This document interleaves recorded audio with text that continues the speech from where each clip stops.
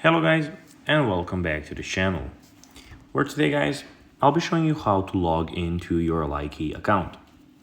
So guys, the first thing that you of course need to do is go to the Google Play Store or the App Store, whichever you have, and download the Likee application.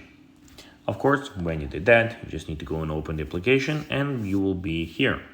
So first of all, you can log in to enter your profile by logging in with your Facebook. Of course, you have to read and agree to the terms of use and privacy policy, or you can go, of course, and log in via the Apple. So if you have, of course, an Apple phone, if you have an iPhone.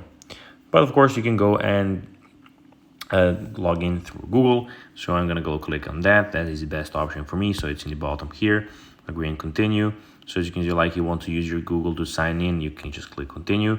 And there you will be then signed in. You just need to go and choose the account that you would like to sign in with. Put the password of the account, of course, which password you ever have there. And then you will be just able to go into Likee in just a matter of seconds. So of course, when you type in your password, just a second, then you will be able to, just a second,